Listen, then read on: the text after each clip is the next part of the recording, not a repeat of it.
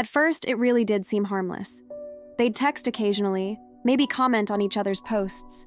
She even sent him a birthday message. And he showed it to me, almost proudly, like it was proof there was nothing to hide. I wanted to believe it. I mean, who doesn't want to be the chill girlfriend? We're told that's the goal. Don't be jealous, don't be insecure. Because being chill meant being loved, right? Except, it didn't feel that way. It was a slow burn, a feeling I couldn't quite name. I started noticing how his tone would shift, just slightly, when she texted. There was this half smile that only appeared when her name lit up his screen. He'd say things like, "She's just telling me about her new job," or "She's asking for advice on something." But his eyes told a different story. It was a story I wasn't a part of. And that's a lonely feeling when you're supposed to be sharing a life with someone.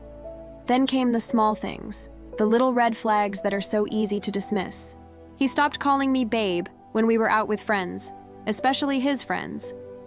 He became increasingly protective of his phone, taking it with him everywhere, even to the bathroom. I remember one night, we were supposed to be having a movie night, curled up on the couch.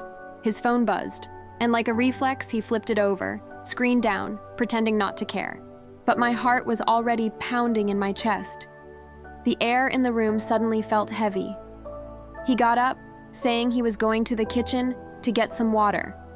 He stayed there for 15 minutes. 15 minutes is a long time to get water. When he finally came back and sat down, the silence was deafening. I looked at him and the question just tumbled out of my mouth before I could stop it. Was that her? He froze, just for a second, but it was enough. Then he laughed. It wasn't a real laugh, it was hollow, dismissive. "You're being paranoid, Em." That laugh hurt more than if he'd yelled at me. It made me feel small, crazy. It was designed to make me question my own sanity, to shut me down. And for a while, it worked. A few weeks later, I found out what my gut already knew. It's funny how your intuition screams at you, even when you're trying your best to ignore it. He left his laptop open one morning before running out for work. I swear I didn't mean to look. I wasn't trying to snoop. But as I walked past, a message notification popped up on the screen, and I saw her name. My blood ran cold. I couldn't stop myself. I looked, and I saw the words she had sent. "I miss the way we used to talk." And his reply, sent just moments before he left. "Yeah, me too sometimes." My stomach just dropped. It felt like the floor had fallen out from under me. It wasn't even the words themselves, not really.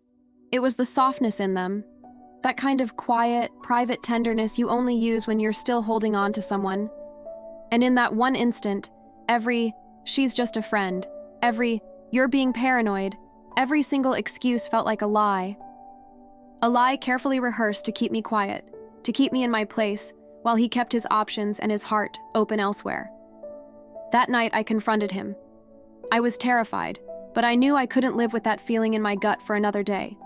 I showed him what I saw, and this time there was no fake laugh, no denial.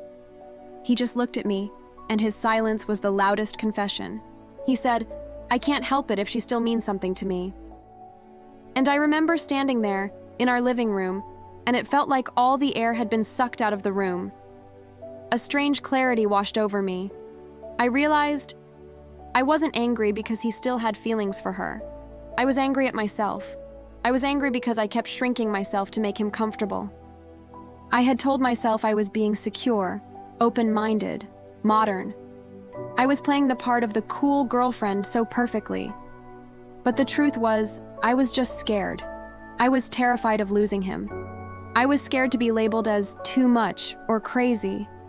Scared that if I asked for what I really needed, which was to feel chosen and prioritized, I'd end up with nothing.